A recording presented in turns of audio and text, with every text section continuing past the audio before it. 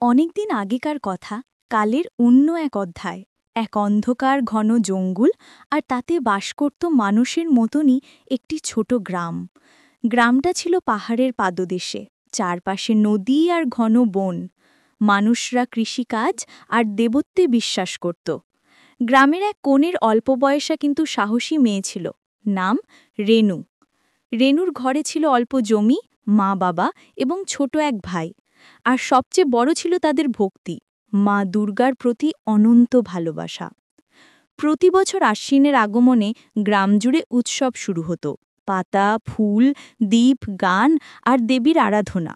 কিন্তু সেই বছর গ্রামের কাছে এক অদ্ভুত সখরসের মতো জিনিস এসে বাসা বাঁধল। এক বিশাল বিভৎস রাক্ষস, যে তার নামেই ভীরু করে রেখেছিল সবুজ প্রজাপতি পর্যন্ত। রাক্ষসটি নদীর ওপারে একেবারে কেলেঙ্কারি ছড়াত। ফসল নষ্ট হতো, গরুদের পশুরা আতঙ্কে বিভল হতো, আর রাতে কেউই বাড়ির দরজা খুলে রাখত না। গ্রামের পণ্ডিত বলল, এই রাক্ষসকে সহজে কবলে আনা যাবে না, শক্তিরূপী দেবীর আশীর্বাদ ছাড়া কিছুই এই শত্রুকে ঠেকাতে পারবে না। সেই কথা বলেই সবাই উৎকণ্ঠিত হয়ে পড়ল। কেউ কোনো উদ্যোগ নেবার সাহস পাচ্ছিল না, তবে রেনু ভিন্ন। তার মনে একটি অনিবার্য ধোঁয়া জ্বলে উঠল। মা যদি সত্যিই থাকেন, তাহলে কেন তাকে বলবো না, আমাদের রক্ষা করুন। রেনু প্রতিদিন সকাল বিকেলে এক পাথরের ওপর বসে মা দুর্গার নাম জপ করত। সে ফুল আর দুধ নিয়ে দেবীর মূর্তির সামনে ছোট্ট একটা মণ্ডপ তৈরি করল। প্রথম দিন তার বাবা শোনার পর বলে উঠল, রেনু, তুমি কি মাকার, এত মনের কথা এভাবে জপ করলেই কি হবে? রেনু হেসে বলল, বাবা, বিশ্বাস করার আগেই তো চেষ্টা করা যায়। মা যদি আমাদের পাশে থাকেন, আমরা ভয় পাই না। কয়েকদিন পর এক ভোরের রেনু স্বপ্নে দেখল এক উজ্জ্বল আলো, আলোই আলো। আর সেই আলোর মাঝেই দাঁড়িয়ে আছেন মা দুর্গা, শক্তিধর, সুন্দর, কিন্তু করুণার সমুদ্র। মা বললেন, ভয় নেই, তুমি সাহস করেছ, তোমার গ্রাম রক্ষা করব।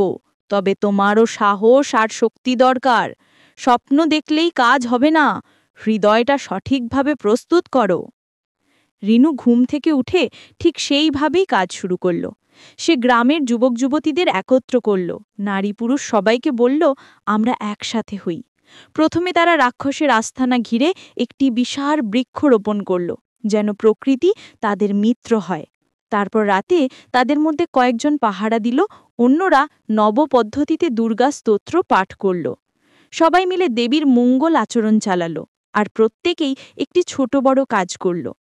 কেউ ব্যঞ্জন পকা নিয়ে এলো, কেউ হাতে বাঁশ ঝাড়ু নিয়ে মাঠ পিষল, কেউ কবলা খোলা প্রস্তুত করল। এক রাতে যখন পূর্ণচন্দ্র আকাশে হাসছিল, রাক্ষসটা আবার আঘাত হানল। গ্রামের মানুষদের মনে আতঙ্ক ছড়ালো।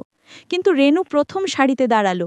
সে চোখ বন্ধ করে স্বচ্ছভাবে ভাবল, মা আছেন, আমি একা নই। হঠাৎ সেই অদ্ভুত আলো আবার দেখা গেল। আকাশ থেকে নিচে নেমে এলো একটা ঝলক, আর এক মুহূর্তে চারিদিকে ঝড়ো হাওয়া, বজ্রবক্ষ আর বাজনার মতো শব্দ উঠল। গ্রামের সবাই আতঙ্কিত না হয়ে আশ্চর্য হয়ে গেল, কারণ সেই আলোটা করুণার সাথে কঠোরতার সংমিশ্রণ বহন করছিল। রাক্ষসটা আক্রমণ করল, কিন্তু একে একে গ্রামের লোকেরা একসাথে লাঠি বর্ষা নিয়ে দাঁড়ালো। রেনু বলল, মা, আমাদের নেতৃত্ব দাও। ঠিক তখনই একজন বৃদ্ধ পণ্ডিতের কণ্ঠে এক মন্ত্র উচ্চারিত হল। মন্ত্রের শব্দে রাক্ষসটি ধীর করে কাঁচকলা ফোটাতে লাগল।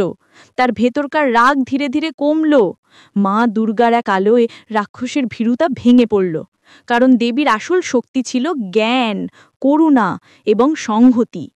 রাক্ষসটি বুঝল যে এই গ্রামের মানুষদের হৃদয়ে ভক্তি আর একতা রয়েছে, আর এসবই তার গ্রাসে অসাম্য। সেই আত্মসমর্পণ করল আর বলল, আমি ভুল করেছিলাম, আমি শুধুই ক্ষুধা আর একাকিত্বে এই পথে এলাম। রেনু বিশ্বাসের সাথে তাকে বলল, প্রতিটি জীবকে সুযোগ দেওয়া যায়, তুমি যদি ভুল থেকে ফিরে আসো, আমরা সবাই মিলে তোমায় রক্ষা করব। তখন রাক্ষসটি বনেই ভাসে গেল, আর গ্রাম ধীরে ধীরে আগের মতো শান্ত হয়ে উঠল। উৎসব সবচেয়ে উজ্জ্বল রকমে পালিত হল। গ্রামের মানুষরা এখন শুধু দেবীর আরাধনা করলেই শান্তি পায়নি, তাদের মধ্যে এক নতুন শিক্ষা জন্ম নিল। ভয়ের বিরুদ্ধে সংহতি, বিপদে করুণা, আর দুঃখে বিশ্বাস। রেনুর নাম সর্বগুণে উচ্চারিত হল, কিন্তু সে কেবল মৃদু হেসে বলল, এটা মা দুর্গার দান, আমি শুধু তার পথ দেখিয়েছি। গল্পের শেষ না, কারণ প্রতি বছর মা দুর্গা যখন আগমন হয়, গ্রামের সবাই জীবনের প্রতিটি দিক থেকে শক্তি নিয়ে নেয়। তারা জানে সত্যিকারের শক্তি নির্ভীক হওয়া নয়, বরং নিজের ভুক্তভোগী এবং প্রতিবেশীর প্রতি সহমর্মিতা রাখা। আর রেনু, সে এখন গ্রামের ছোট শিশুদের শেখায়, ভয় মানে নয়, মাটির মধ্যে থাকা বীজটা দিয়েই বদল আনা যায়। সেই বীজটা হলো ভালোবাসা আর একতা। মা দুর্গার গল্প এখানে শেষ হলেও তার শিক্ষা, অনুপ্রেরণা, সাহস আর করুণা চিরকাল গ্রামটাকে আলোকিত করে রাখে। আর প্রতিবার যখন কেউ জোরে কাঁদত, সবাই বলতো, মা আছেন, আমি আছি। আর সেই ছোট্ট বাক্যই তাদের জীবনের সবচেয়ে বড় মন্ত্র হয়ে উঠল।